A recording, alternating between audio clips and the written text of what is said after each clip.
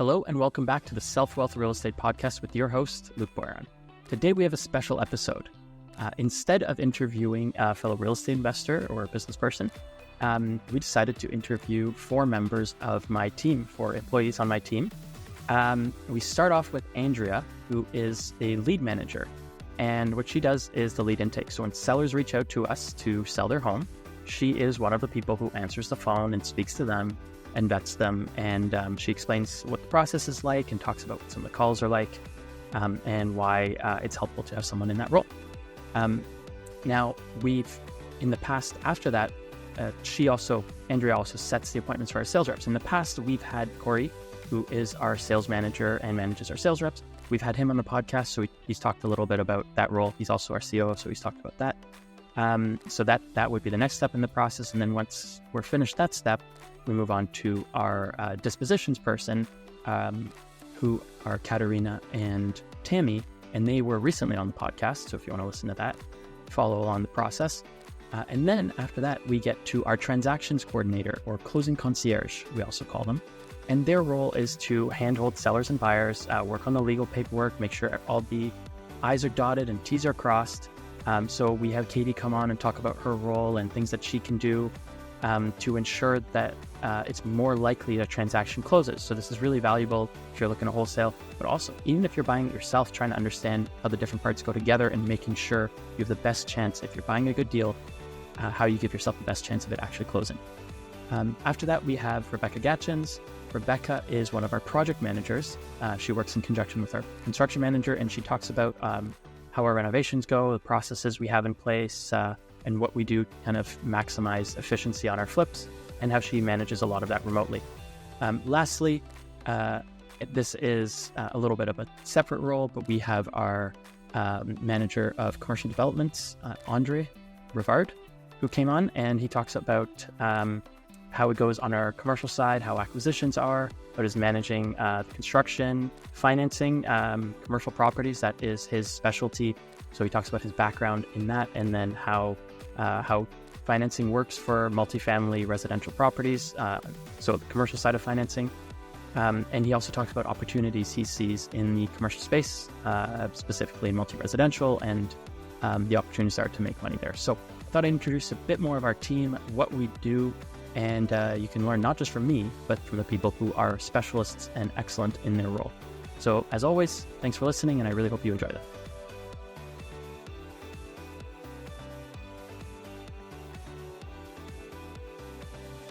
Welcome to the show, Andrea. Thank you. It's great to be here. Thank you. Oh, you are our first guest today. We're doing a 4-part series, but you've been with us for a while. How long have you been with the company? 5 years. 5 years. Yeah, that's great. Now, can you tell us, what do you do? What's your role? So my role title is lead manager. So I basically determine whether or not leads are qualified and try to narrow things down for our acquisitions team. Okay. And can you tell us a bit about what your process is like for the listeners? This is a point after we've done our marketing. The seller's first contact with our company is going to be someone like Andrea. So can you tell us a bit about what that looks like and what the process is like?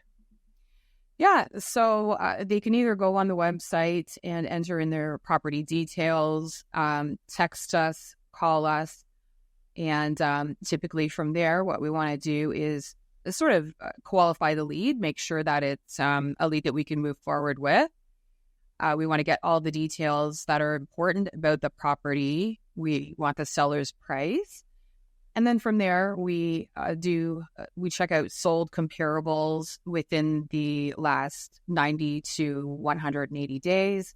We're just trying to figure out if we can purchase the property at the seller's price, but that there's still enough room for us to do what we need to do to the property as well.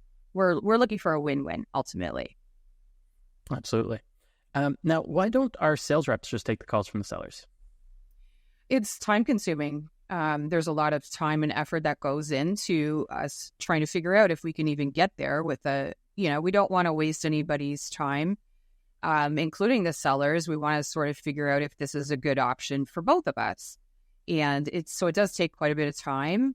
The sales reps often are traveling quite a distance as well. There's just not enough time in the day for them to do both. I mean, I remember when I started and I was on my own and I was managing flips and managing contractors, and I'd get a call from a seller and I'd be taking notes on a McDonald's napkin in my car. And that could not have been the ideal process for the sellers. You know, it's not a great customer experience for sure. Stay organized. Yeah. Yes. And then, you lose the napkin, you forget to call them back, you're dealing with something else, or you can't answer at the time, and then you can't reach them again. So yeah, definitely not an ideal experience. And same thing with the sales reps. They're driving, they're on the go, they're in another appointment. They're not set up to receive the calls in the best way. And then and like you said, some of the things that you do, looking at comparables while you're on the phone with them, you take a quick look to see, are they out to lunch what they're asking for? Yeah. And what does the property look like? Because you're not driving. You can look it up on Google Maps really quickly, see if you can see it on Street View. What does the house look like? What are we talking about here, right? And with your experience now, you can tell quite quickly what appears to be a good deal, because you look at so many of these. You've got the experience to understand what's good and what isn't. Almost on gut, right? At this point, you can have a gut feeling. Yeah, you can at least the first feeling, right? You've got to verify, but yeah. So what are some positive and negative signs for motivated sellers? How can you tell if they're motivated? Definitely within the first few seconds of the conversation, you can pretty well tell. Negative signs are, I don't really need to sell, but if I get a good offer, my house is just fully renovated, I bought it to flip it, it's currently listed, although sometimes that can be a positive as well. But typically if it's currently listed and they want top dollar, just trying to say realtor fees, that's not really a let's go get that one deal. If they're looking for top dollar, of course, we're not charging realtor fees, so it's got to make sense for everyone. Some positive ones are for sure. I bought another property. I can't close on it. I can't renew my mortgage. It's conditional on closing or selling my current property, going through a divorce. I was just getting that property ready to sell in the next few weeks and go on the market. But I got your letter, so I'd like to give this a go and see if we can make it work. Question for you, Andrea. Since you started with us 5 years ago, you were one of the first people who joined us and was doing this role of lead manager. What was it like then in terms of how we took calls, and how have you seen it change? What's different in how you take calls now, and what do you find we do it better? And what's different about it? I think at first when we started, because we're using a handwritten letter, a lot of people were assuming that we were just walking onto their property and somebody just doesn't hear, they're chicken scratching something and they're responding to it. A lot of people were quite angry in the beginning. We still get that as well, but I think they're more used to it now that they're getting all these handwritten letters. We're not the only ones. Realtors are doing handwritten letters as well. So I think people are getting a little bit more adapted to it. It's getting easier and people understand, now if we're putting a website on, they're checking out the website first and before they, sort of jump all over us to call. But most people will eat and they'll text as well and just ask questions. What is this a joke or, and then as soon as we get to talk to somebody and explain it, they're pretty good. For the most part, they're a lot better now. Absolutely. Now, how difficult and what do you do in terms of trying to follow up with people? And what happens if someone's hard to reach or if they're not sure what they want to do now? How does that work in terms of following up with them? Well, we do our best. If we have an email, we're emailing, we can text, we can try to call.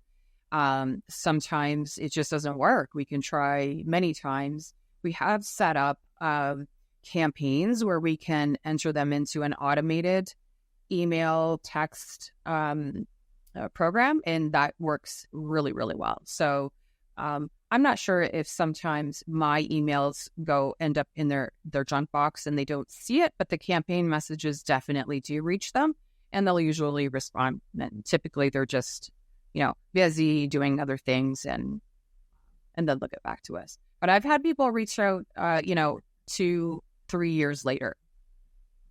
Yeah, absolutely. Sometimes those long-term ones, they've been thinking about it, or there's whatever the situation they were in has kind of gotten worse. Like one that we recently closed on in Ottawa was a really, really bad hoarder house. And we had been talking to that seller for 3 years because they had called us. They were considering selling. There was family involved. They basically couldn't live in the house because it was so hoarded in, but other family members thought, we'll just take care of it ourselves. We'll deal with it. And it never happened, and built up. And then they called us back and said, okay, now's the time. Let's do this. Yeah. And we're in the middle of flipping that one. So yeah. That's a great house. But it can be hard for some people too, especially if it's in that condition, it's hard. Where do you start? Yes, absolutely. And, that in that particular situation, the seller was the mom's house and the son was taking care of it. And then the other children were like, no, we don't need to sell it like this. We'll get more money if we clean it out. But then the other children weren't going to be the ones cleaning it out. It was going to be this son that was going to be doing all of the work.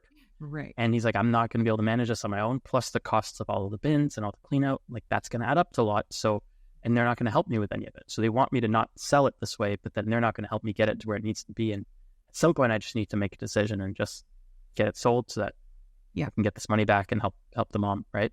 Yeah. Then 24 bins later. Yes. Yeah. Yeah, that's a lot of money in bins and cleanup costs. Yes.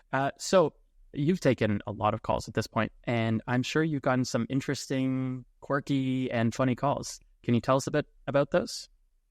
We get a lot of calls.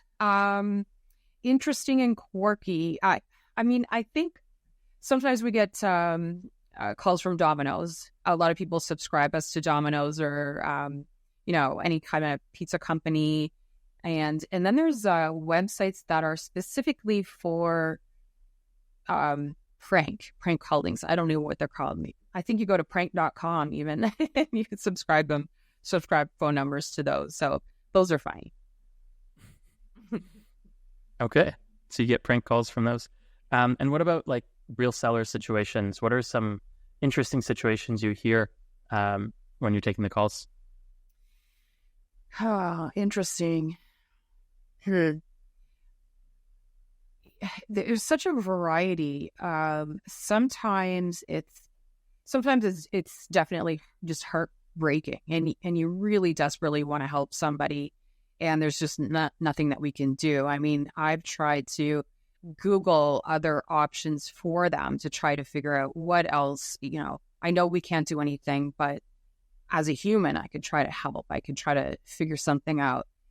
I think there's a lot of situations like that. And sometimes just like the property in Ottawa, well, they'll say, their home is in good condition, but then you get there and it's an entirely different story. And, it's pride. It's pride as well. There's a lot of situations where people's lives just get out of control. And the next thing you know, it's just in that situation. But in your own mind, it's not quite there. It's not quite what you're seeing when you actually go to see it.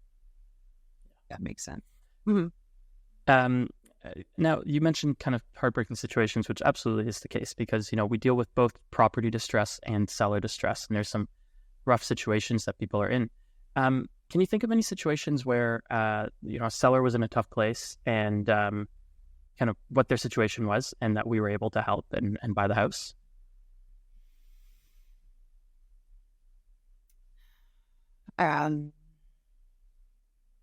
Well, I know that we've come across those situations before, and sometimes it's challenging because, as much as the seller might need a certain price for their home, it's not really realistic depending on the market and what's going on in the area. However, we might be able to help with finding them another place to go or putting them up, renting a spot for them for a bit, or helping them out financially a little bit.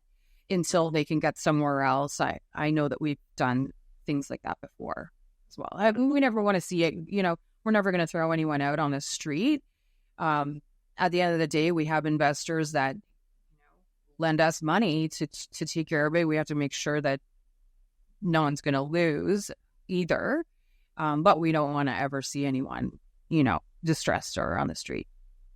Absolutely. I mean, I know we have situations where, someone, you'll take calls where someone is, the sheriff's coming in a few days or a week or something, they've gotten a letter, the sheriff's coming. And sometimes we're able to make that work. We're able to purchase that house very quickly before the sheriff comes, so they're not kicked out of their home. And then we've been able to work those situations where sometimes they can stay in the house they get their money at closing because they have equity. And then they can stay in the house for maybe 30 days or something like that while they find another place. So it's not as drastic as being, kicked out of the house by the sheriff with none of their stuff and nowhere to go and no money, because they have the house, but they're house poor and they don't have money outside of the house. Yeah. And I know, Jamie, our rep in Ottawa, is very in tune with sellers' feelings. And so, I do hear stories from her that I'm sure, you hear before her about, sellers who are, they're terminal, they have a terminal illness and, they have a year to live, for example, and they just want to sell their house as quickly and easily as possible so they can take that money and enjoy the little bit of time they have left on this earth. So, really difficult situations like that. But when we're able to, and for those who sometimes think, why would people sell you their house? In that situation, it's like, I have to deal with this. And that means I have to prepare the house, clean it and paint it and prep it and then list it and stage it and have walkthroughs and all of this. And that can eat up half of the time I have left alive. Why is that worth it? If you can be out of the house in a few weeks, potentially in that kind of situation where we can buy it and then you can enjoy more of the time you have left. So those are some really difficult situations they're in, but then it also are really fulfilling to be able to help with, I find. Mm-hmm. Yeah, absolutely. I think Andrew, we covered almost everything. Is there anything else you wanted to add about your role and what you do? I don't think so. I like how it's evolving. I like being on top of the market. Through COVID and everything that's happened, it's nice to see where it's going. It's definitely improving. So and it's nice that we're a little bit more recognized, that people can feel comfortable to reach out to us, and they're doing their research a little bit more before just assuming the worst. All you need to do is have a conversation with one of us and you can tell that, it's got to make sense for everyone. And I think we're doing a great job. All right. Thank you, Andrew. I think that's really great for a lot of, newer wholesalers or wholesalers who do a lot of this themselves. I think it's really helpful to understand kind of your role and what you do and why it might be helpful for them to have someone like a lead manager on their team who can do everything that you do, or try to do what you do, and give that good experience to our sellers as best as possible. So thank you for coming on. And I'll talk to you soon. Thank you for having me. Welcome to the show, Katie McIntyre. Hi. So Katie is in a role that we call transaction coordinator, or TC. We also call it closing concierge because we believe that our TCs provide a white glove service for both investors and sellers. Katie, can you tell me a bit about what is a TC, transaction coordinator, and what do you do in your role? Yeah. So the transaction coordinator and closing concierge, there's many names because there's many different aspects to the job. A lot of it is communication with assigned buyers and sellers, and as well as with lawyers. And we just kind of ensure that there's a smooth closing. And we want everything from A to Z to be covered and everything to be smooth. Everybody happy, and yeah. And you come from a legal background, is that correct? Yes. Yeah. I've done a lot of legal work in personal injury and now into real estate. Nice. So I think that helps a lot because there's, part of the role is making sure that deals close. And much of that happens in coordinating with lawyers and making sure paperwork's right and all of that. So, yes, it's a lot of problem solving involved. yes. And one of the things I find very valuable about your role is, well, when you look at it as a whole with the company, is salespeople aren't always the most detail-oriented, and they can sometimes make mistakes in contracts. So can you give me a bit about that, how you can help there and also help, correct things when things go wrong? Yeah, absolutely. So, the sales reps they have a tough job,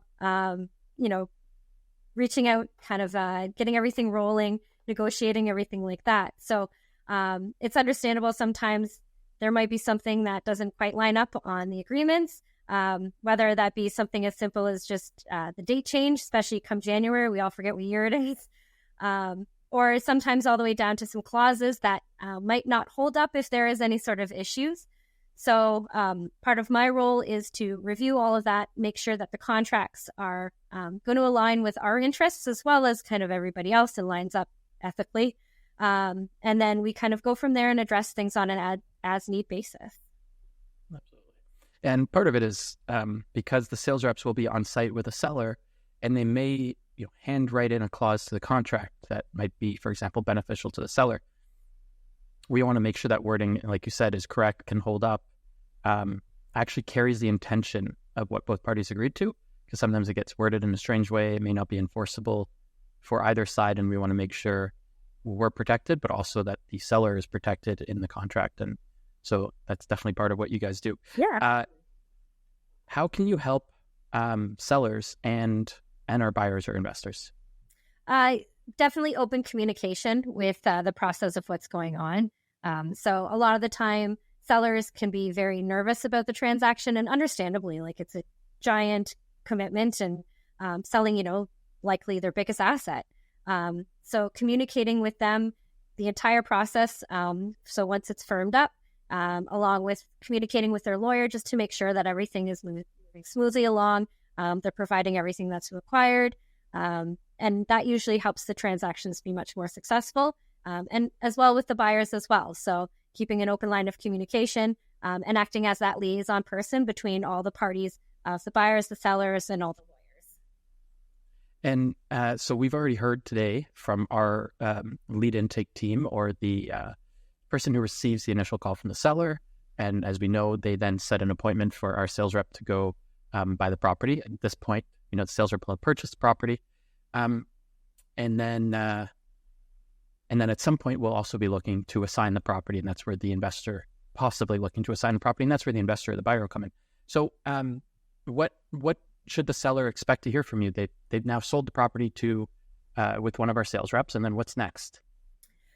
So we do keep the sales reps also involved because they were the initial point of contact. So it's always nice just to hear that familiar voice again, just to keep contact. So they'll usually reach out as well once the contract has gone firm and we're able to remove our conditions. And at that point, it's kind of an introduction and a transition over to myself, where we get in touch with them. We correspond via email or text message or phone. So usually at this point, we kind of figure out the best way of communicating with the sellers. And we make sure that we have all their lawyers' information, so we have all parties involved, and we can keep that open line of communication. Okay, and then after that, assuming we've then assigned it to a buyer. Now we've in the past on previous podcasts we had Corey on, who kind of my COO, but also runs the sales team, and then we've had Katerina and Tammy on, who talked about their role in dispositions. So at some point, the sales rep's going to have bought the property, the seller's going to have spoken to you guys, the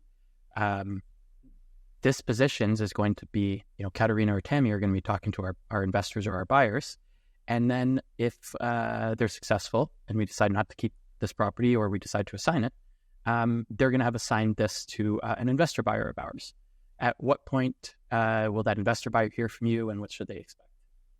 Once the contract is signed, they, I would say less than 24 hours, as long as it's not a weekend, they'll hear from me right away with an email outlining some important instructions with regards to deposits, lawyer information, as well as just kind of getting the ball rolling, depending on the time of year, some processes can take longer than others. Obviously, the spring market, appraisers, lawyers, and everything like that are really busy. So we just want to keep kind of pushing and making sure that everything is moving smoothly, because the sooner we get that information out, the sooner we can kind of address with things. Absolutely. That makes a lot of sense.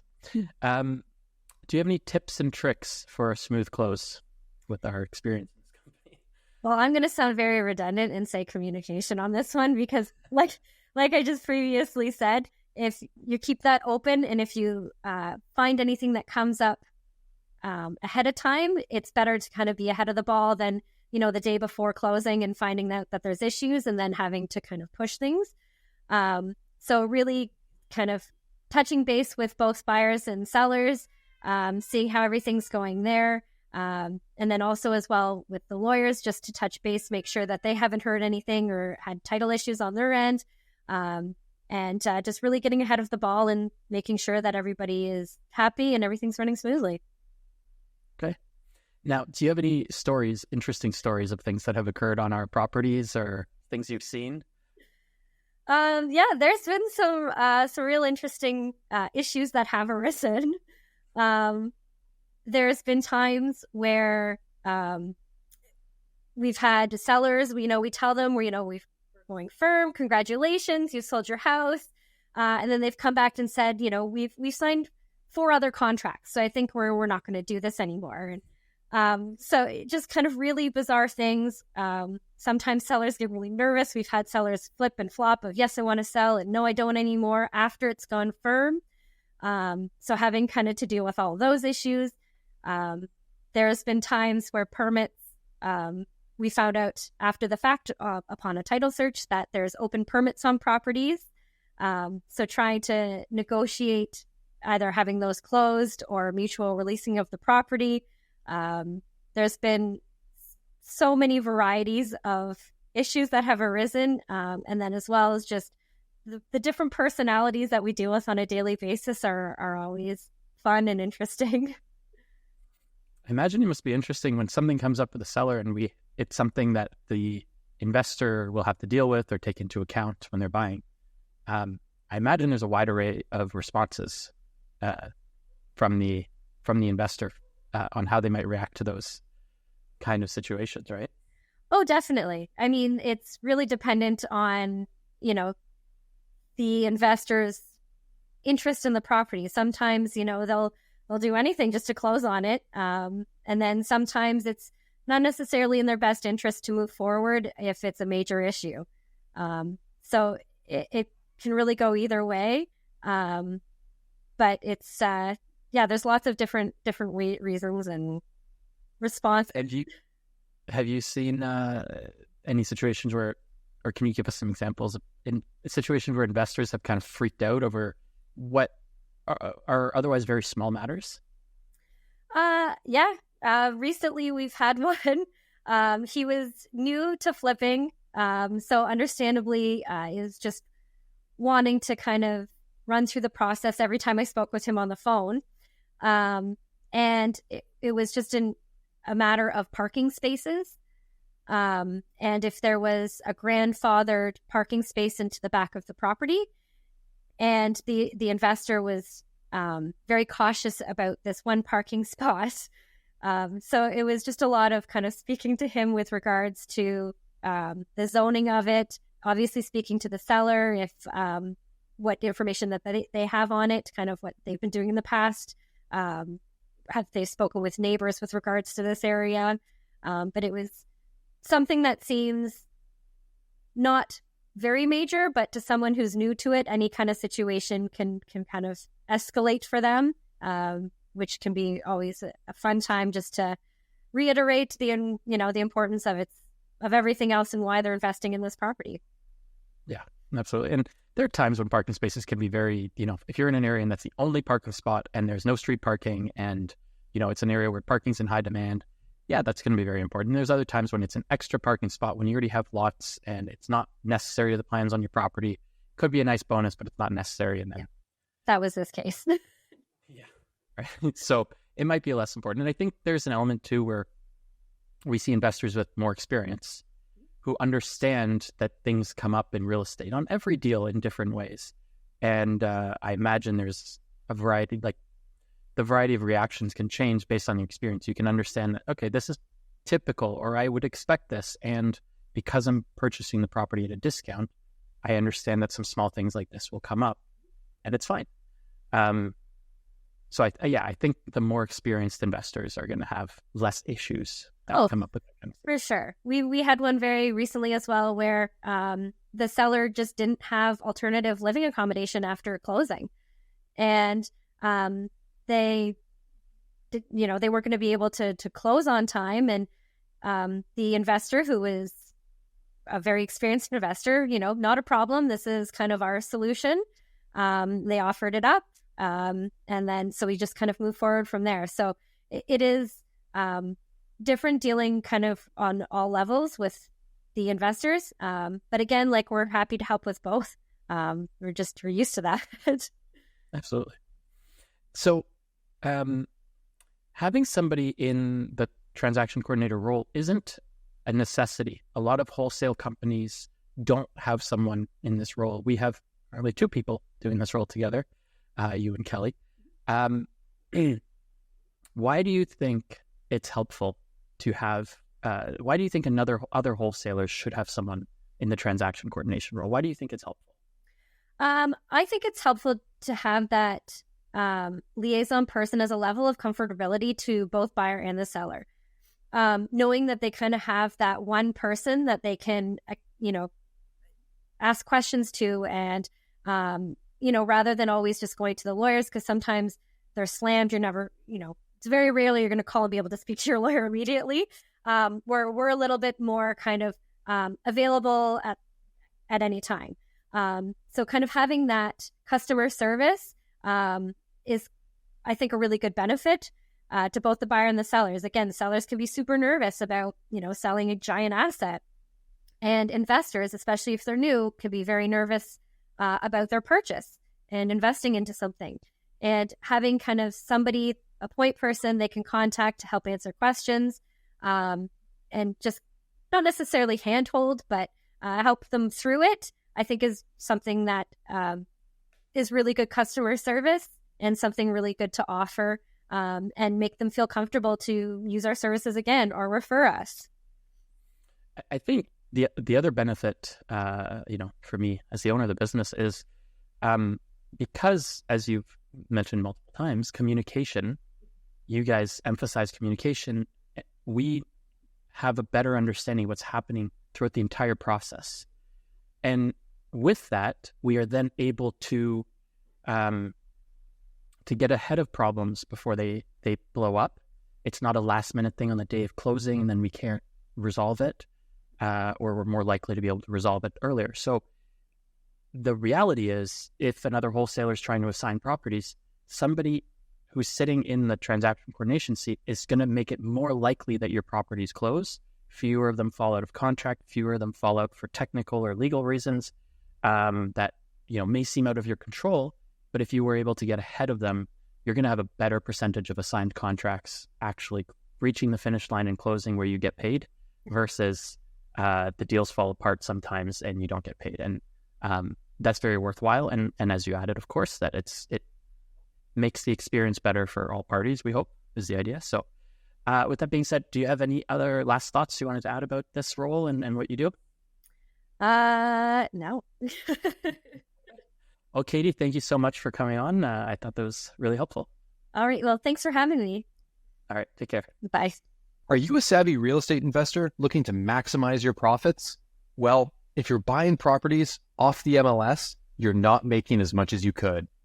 The most lucrative way to boost your bottom line is by acquiring investment properties off market. By buying privately off market, you're able to save tens of thousands. Now, the problem is finding off market properties is really hard and takes a lot of time, effort, and money to do. Bliss is your number one source, delivering exclusive deals that you will not find on the MLS directly to your inbox. Bliss's extensive network and insider connections gives you access to properties that are not publicly listed and at a discount. We've helped hundreds of investors across Ontario and BC source the right properties at the right time for their portfolio. Buying assignable purchase contracts through Bliss at a discount helps facilitate higher returns, lower competition, and deals that align perfectly with your investment goals. From start to finish, Bliss's world-class team of real estate professionals makes the process seamless for all investors.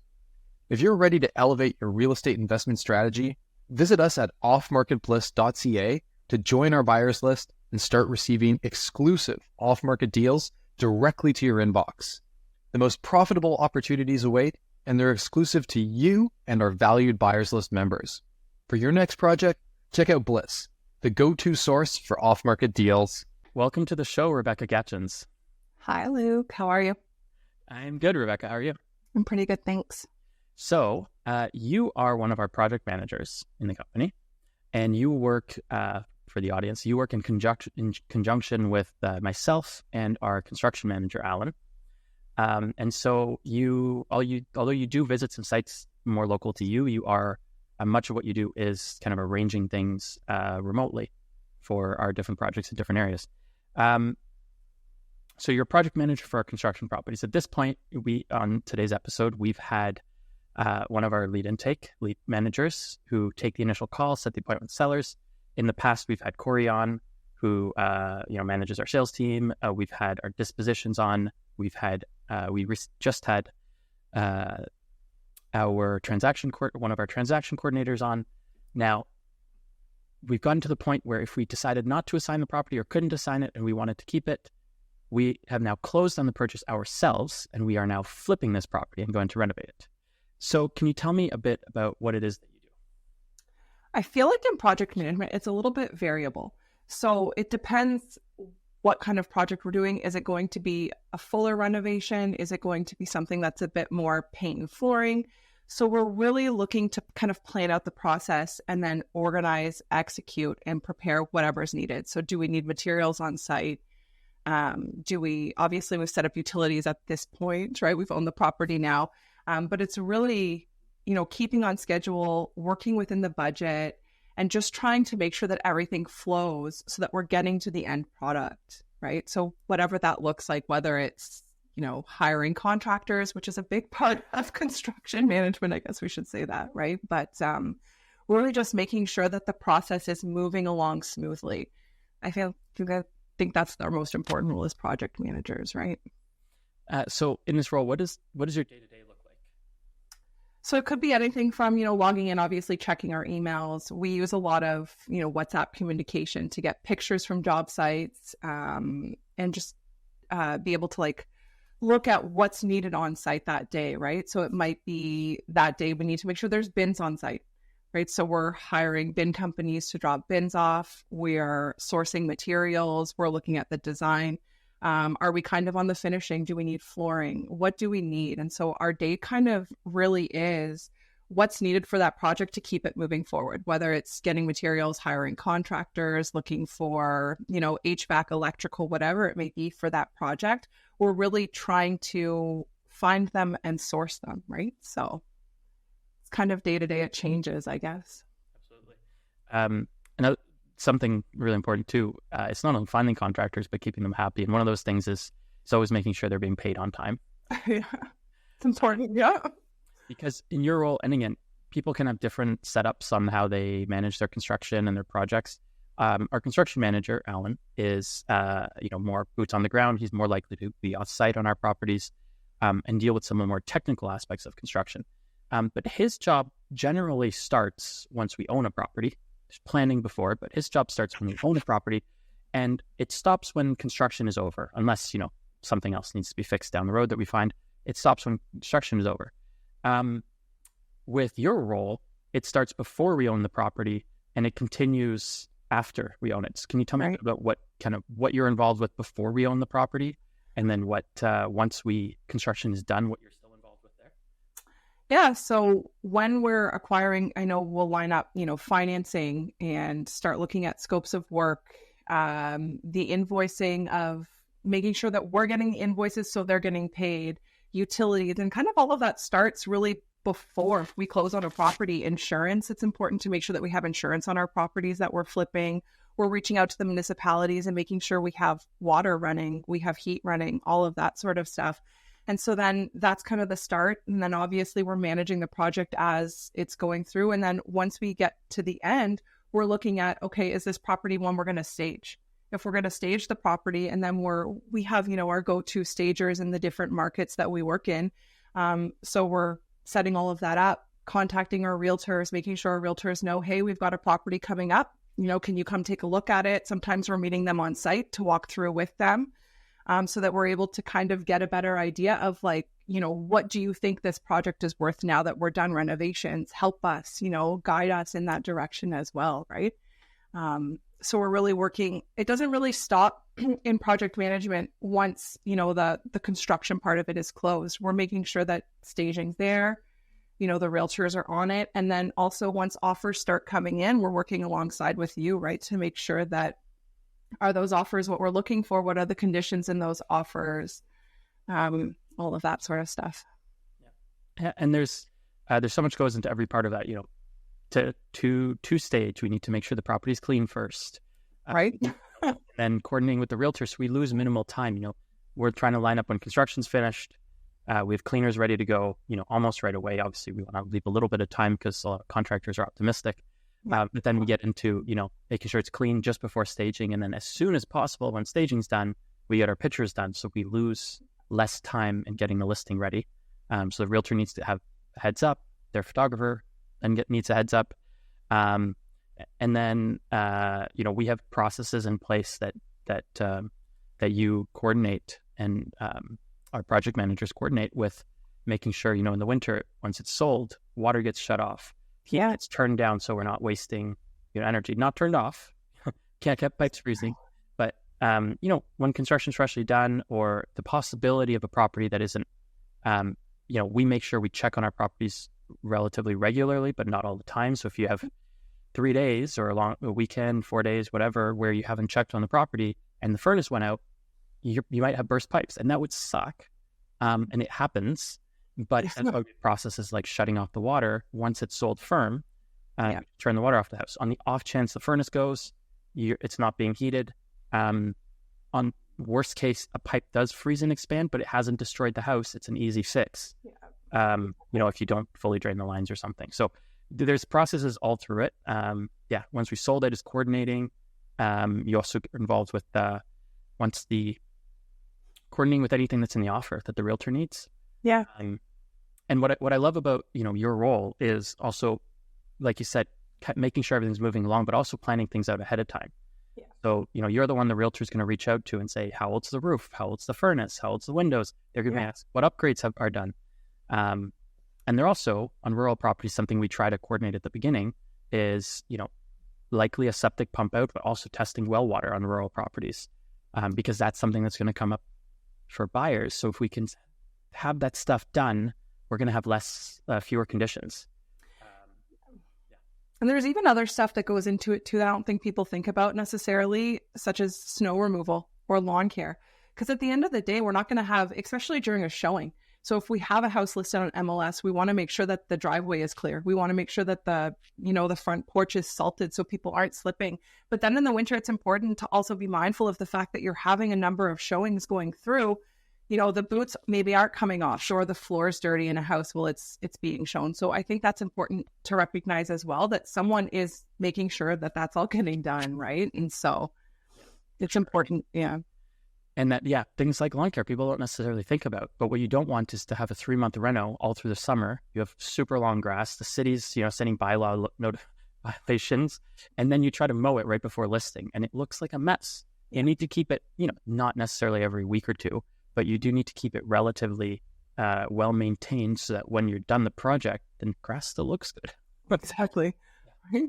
So you don't have all these holes in it everywhere. Absolutely. Just like big clumps of weeds mowed together in a pile on the lawn because it hasn't been done. It was just done last minute before the listing. It's not going to look good. Exactly. Same with, in the fall, if a tree just dropped all of their leaves on the lawn, that has to be taken care of, or it's going to look rough.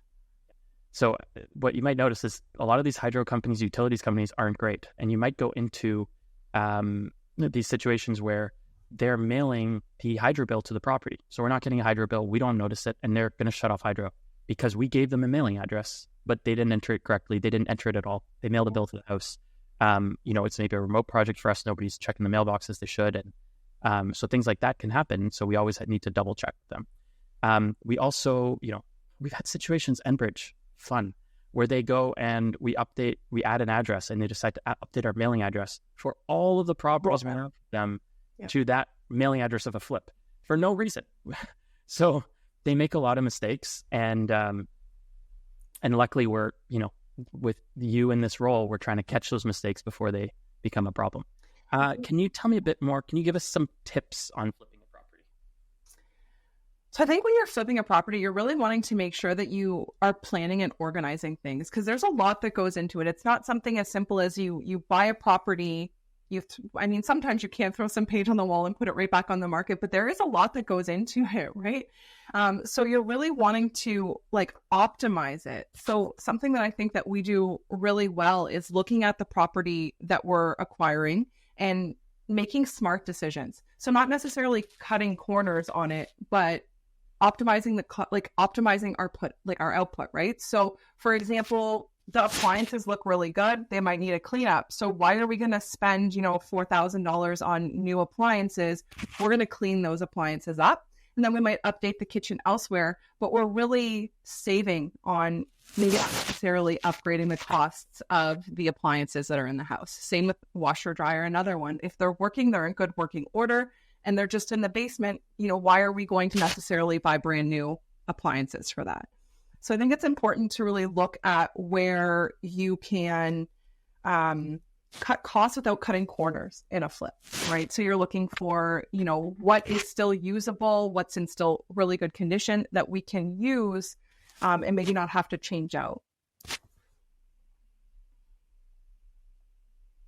So also you have to build a network, right? So when we're flipping, I think that we do it well as well. Where we have a network of contractors that we work with on a regular basis that are able to be our eyes, because we have projects all over the place. So, we flipped houses in North Bay. You're in Ottawa. I'm in Toronto. How do we do that? Well, it's because we have people that we trust that we're able to send out there and trust that they're going to take a look and look with our eyes and be able to know what we're looking for and what we're wanting them to do. And I think it's really important to build relationships with people, contractors, HVAC, whatever it may be, that are able to help us when we can't be feet on the ground, right? Absolutely. One of the things too is we try, and this depends on the property. Some more unique properties need more unique finishes, but we try to have consistent finishes across the board, right? Yeah. Can you just mention a few, where do we buy certain items, or where do we go for certain parts of finishes that we consistently buy from, in terms of, trying to buy them and getting the best prices? Can you suggest a few different places we buy from? So Amazon is actually really great. I don't think that people realize how great Amazon can be, but a lot of our LED light fixtures come from Amazon. And so they're just kind of, a circular LED flush mount, and we buy the same one over and over again. Why? Because it works, right? So Amazon's a great place to get lighting, even hinges, door pulls. I feel like they're really great. They're a really great price. They're great quality on Amazon. And then obviously Home Depot is another one. You can get tile from Home Depot on the clearance sometimes, and it's great quality. And so, we might buy it in bulk. Bath Depot we use a lot, so we're buying vanities from them. And then we have our normal suppliers for flooring. So Byork is a really good one. We get our flooring from them. And then we have, places where if we're looking for marble or granite or whatever, we go to certain distributors for that, because we know that we're bringing them business consistently. And so they're going to deliver good quality products at a reasonable price. Yeah, absolutely. That's great. And we'll end on this. If you can give us some tips on what we're looking for in contractors and some of the ways that we find them. So I think we found them a variety of ways, but my favorite way, I think, is word of mouth.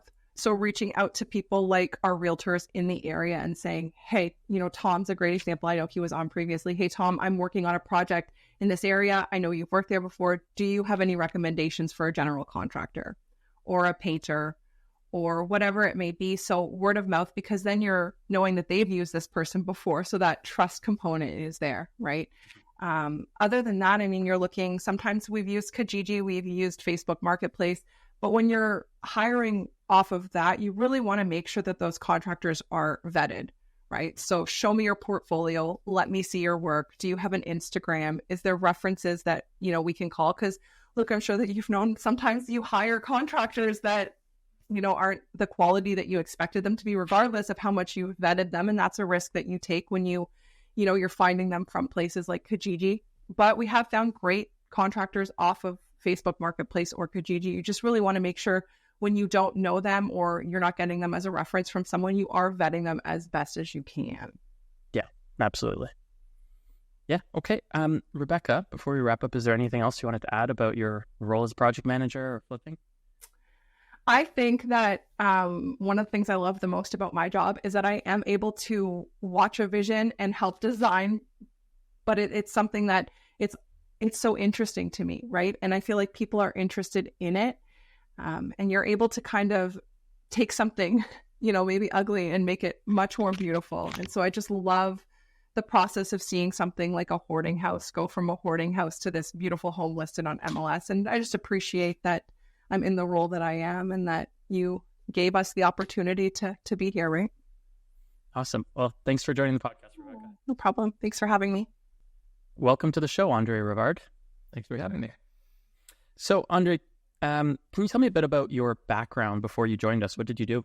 Yeah, so before joining this company, I worked in commercial financing for around 12 years at different institutions. So it was a natural fit to kind of join this company to kind of get on the other side of things and get on the purchasing of the building instead of just the financing. Nice. And what is your role? Yeah, so my official title is the Director of Commercial Investments. So that role, I guess, would be kind of in three different categories. So the first one would kind of be purchasing and wholesaling. So on that end, on a day-to-day basis, I would review deals that come in either from our lead managers, realtors, brokers, or even sometimes on the MLS. I'll do kind of a quick valuation, see what I think the property is worth today and what I think it could be worth if we do strategic renovations on it. From there, we determine, I guess, a price that we would want to pay for it, talk to the seller, see if we're in the same ballpark. If we are, we'll sometimes send an offer to purchase right away, or we'll schedule the walkthrough to make sure the property is what we think it is. Once it is signed up, then we will decide if we are wholesaling it. I'll prepare an ad and send it to our sales team to send it out to our list and brokers that we work with. If it is one that we're going to keep ourselves, and kind of look at the financing side and reach out on that end. So I guess, the second category would be the financing component. So that would be the organized financing for all the properties that we keep in-house. So get the purchase financing or the bridge financing. So reach out to lenders that we worked with before or brokers to see what kind of financing we can get on these properties, and then work through the due diligence of the lender, what they're looking for on the property, and contact our lawyers, get the third-party reports done. And then at the end of the day, once we're done our strategic renovations, then we start the refinancing process. That end, we're probably looking at going at CHC for long-term holds. So reach out to the lenders as well, go through that process. And the third category would just be the day-to-day management of the commercial properties that we have in-house. So I think we're currently at 63 units. So it'd be to source the property management for each of those buildings, and deal with the day-to-day issues there. If there are renovations to be done, if there's any issues that need to be taken care of, I'll deal with the property manager on that end. If we do have some vacancies, or sometimes we try to negotiate kind of the cash for keys with some of the tenants to move them along so we can increase the value of the property.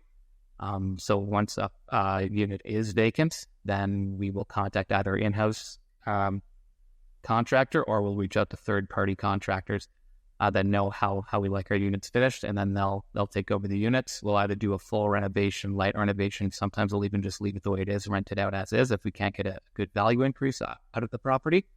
Once the renovations are done, then we kind of go to the leasing side. So contact leasing agents, put the property to market, see what we can rent it for, review potential applicants, and then get all the units tenanted and move on to the next one.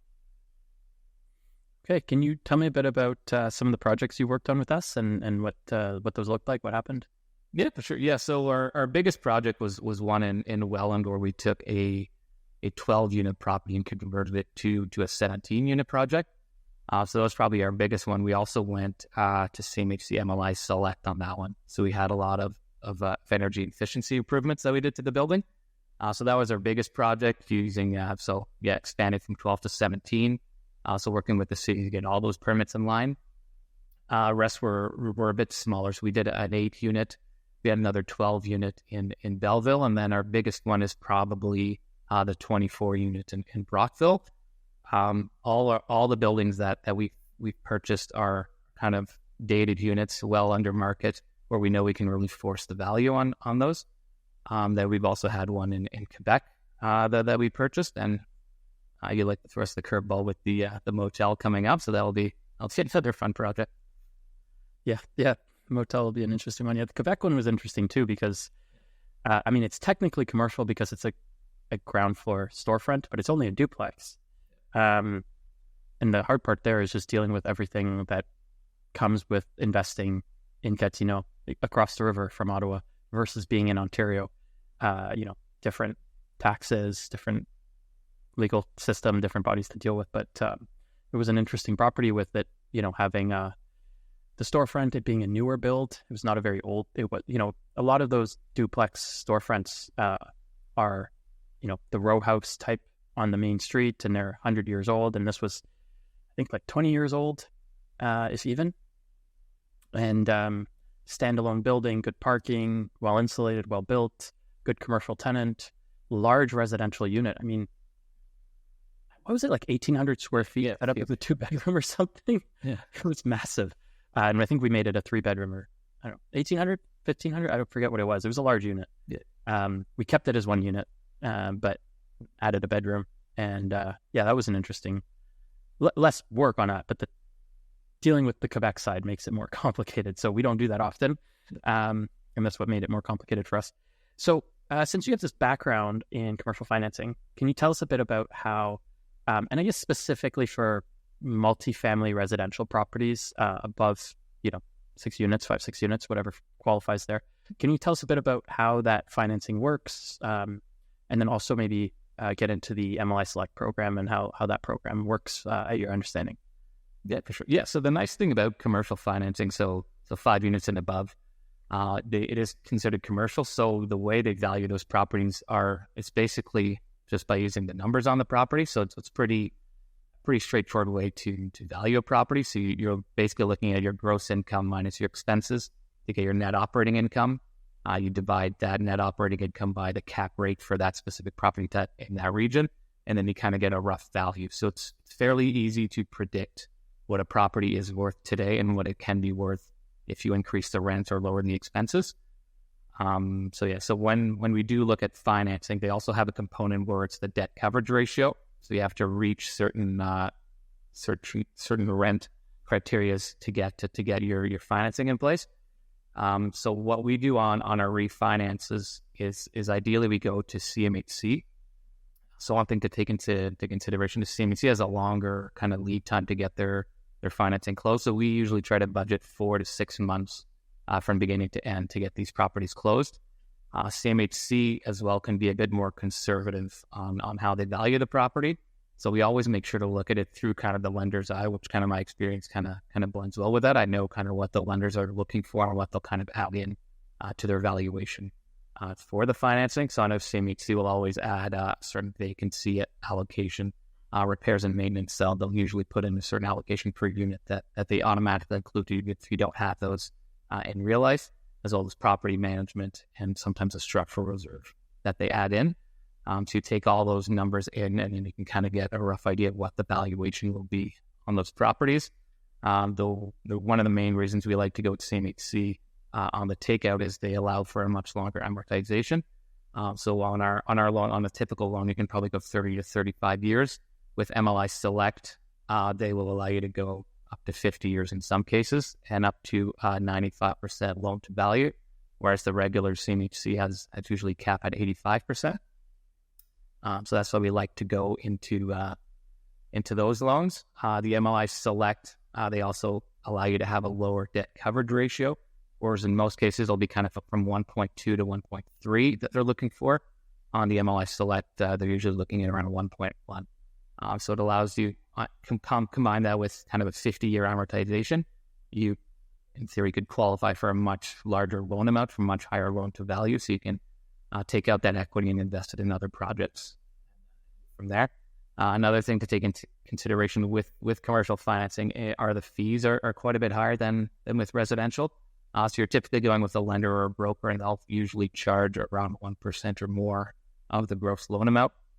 Plus there are other loan fees. CMHC will also have an insurance premium.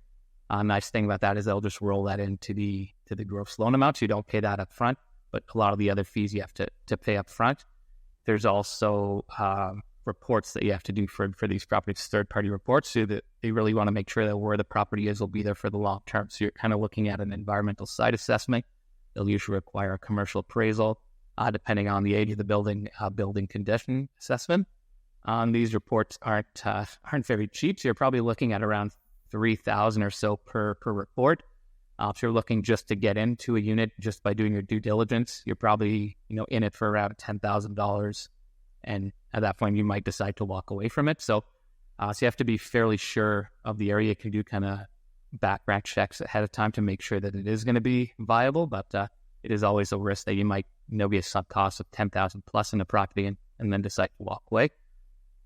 But yeah, and if you compare to where the interest rates are today, I know going conventional financing has been a pretty big challenge. Even some of the properties that we buy that are kind of underperforming properties, if you try to qualify on a conventional basis with a regular lender, you're likely looking at 60% or even less loan to value on these properties. So it requires quite a massive cash injection just to get into these properties. Then you have to finance the renovations of the property. So you're in it sometimes for millions of dollars on these things. What we've found is there are some kind of B lenders, alternative lenders, that will give you a loan kind of a higher interest rate, but they'll finance kind of up to 75% of the purchase, plus they'll fund up to 75 to 100% of the renovations. So it really limits your cash injection up front, and it allows you to get into these bigger projects without having millions and millions of dollars in the bank. Absolutely. That is one of the difficulties. And with all of this, like you said, the fees on CMHC are high. Even if in theory with MLS Select, you may be able to hit 95% loan to value, you may not get that because particularly in Ontario and the more expensive markets, you're hitting the debt coverage ratio. You're hitting that limit first. Like you said, of course, it's decreased under the program, which helps. And that's one of the reasons when you hear sometimes Alberta investors talking about MLS Select can be almost a better program out there because their rents to the building values are stronger. And so they're more likely to hit the higher, hit the debt coverage ratios and reach those higher loan to values that CMHC is willing to go. So, don't expect in Ontario to easily get a 95% loan to value, even if you go through the MLS Select program. I see it more as kind of a long-term play. You might get kind of 80-85% on your initial MLS Select application, but when you come up for refinance in 5 years or so, ideally interest rates are down, you've turned over more units, higher rents, and then you might be able to refinance and then hit your kind of 90 to 95% at that end. So it's when you go CMHC, you're not just looking at kind of five years, you're looking kind of 5, 10, 25 years down. And at that point, the CMHC premium's already been paid. So a lot of those costs are kind of upfront the first time you're borrowing this, right? Is that? Yeah, you pay the premium on your initial loan amount. If you refinance for a larger loan amount, you'll pay the premium on the difference of the loan. Okay.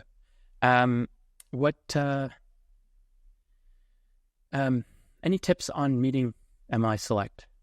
Like how to get the points required? So the most important thing is to get the energy engineer in on the project fairly early. That kind of specialize in the MLS Select program. So you get these companies in. They'll do a full energy audit on the building, and they will really tell you what are the most efficient ways to hit those points. The other way to hit points is if you have kind of affordable units. Then you're kind of locked into that for a certain amount of time. So it might not always be the ideal way to do it, but if you do buy kind of underperforming assets, you could qualify for MLS Select with the affordable units at that point. But we like to primarily focus on the energy efficiencies. What we found are the kind of the ductless mini splits will get you a ton of points. You're probably going to hit it just based on that, and then you can change your hot water heaters to electric, kind of remove kind of the natural gas element of a building, and you'll get a lot of points on that end, and you should be able to hit most of the tiers just doing those renovations. But yeah, always discuss with the engineer, have them go in, and then they really know exactly what strategic renovations you can do to really hit those points and maximize your value. Yeah, and you can get some points for energy efficiency, some for affordability, some for accessibility, and you're allowed to combine them. It's not like it's just one category. So if you're trying to hit a higher target level, you could get points from different categories. And some buildings already, like you said, suit some of these things. Like a few of the new units we did will probably hit, we didn't do it under this program, but we'll probably hit the affordability levels because the affordability under this program isn't based on unit size, the type of unit. So I think we have 3 units in this that are very small bachelors, and just due to the size and how small they are, they would hit those ratios regardless. And so that doesn't hit the proportion we need. But if the building was set up in a way where you have a lot of those, that could be a way that you hit the affordability aspect while getting market rents. Yeah, for sure. Yeah, if you buy a building that's half bachelors, and you can just say those are all the affordable units, and then you'll qualify for quite a few points just based on that. And their rents are pretty capped anyway, and then based on what the average is in that area, you might be at market, but you still qualify for the affordability category of the MLS Select in that. Yeah, absolutely. What opportunities do you see in the multifamily space or for commercial properties? Yeah, so the biggest opportunity that I see just with where interest rates are right now, a lot of owners of these buildings are kind of feeling the stress of these interest rates. A lot of them, if they haven't already been forced to renew at a higher interest rate, it's coming fairly shortly. So they see that coming forward, and they're trying to get ahead of it by selling their buildings. So I kind of see the opportunity being in kind of those value add projects, kind of the buildings that we bought were, the buildings are probably 1960s buildings. They haven't done all that many renovations since they took over. They maybe have big expenses coming up, a new roof, new windows, something has to be replaced. They don't have the cash to inject into the building, so they're looking to sell it off. And because interest rates are where they are as well, there's less buyers to kind of take on these bigger projects. So if you can get into these older buildings where they have, well below market rents, especially if you can get some of those units vacant on possession, that's even better. If you have a plan to get those units turned over, there's really tremendous value to add there. Just as kind of an example, kind of the units we buy, say our two bedroom units, when we buy them, probably renting for around $1,000 a month. If we look at the market, we can kind of determine once we fully renovate these units, we can probably rent them out for $2,000 a month, let's say. So $1,000 a month for 12 months, $12,000 a year. Let's say it's a 5% cap rate. That's usually what we see in the markets that we deal with. So that's increasing the value by $240,000 just by turning over that one unit. And we know just based on the units that we turned over, we can probably turn over a 2-bedroom unit, new kitchen, quartz countertops, new flooring, new bath, paint, basically a brand new unit. We can probably do that for on the high end, probably around $60,000 that we can do that. So if you're increasing the value by $240,000, cost you $60,000 to renovate it, you're kind of a net increase of $108,000. If you can combine that with CMHC Fire and Saver MLS Select on the takeout, where you can get kind of 80, 85, 95% loan to value taken out of that increase, you're really, it's quite profitable to do that. So $240,000. So you turn over 10 units, you've increased the value of your building by, almost $2.5 million.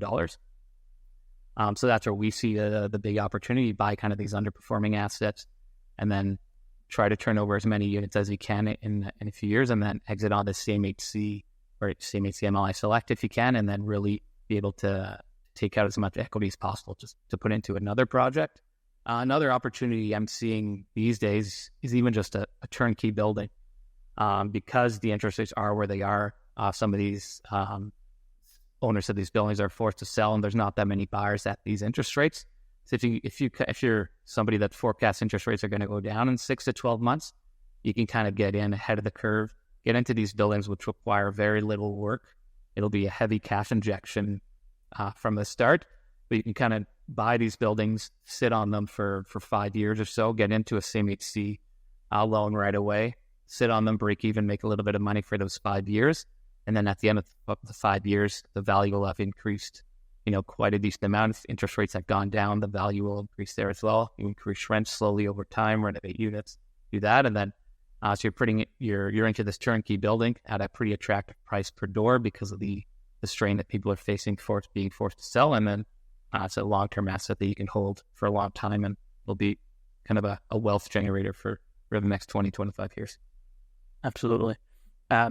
If people listening to this aren't familiar with the, why commercial properties can be so great, that last part is very important. Rewind that.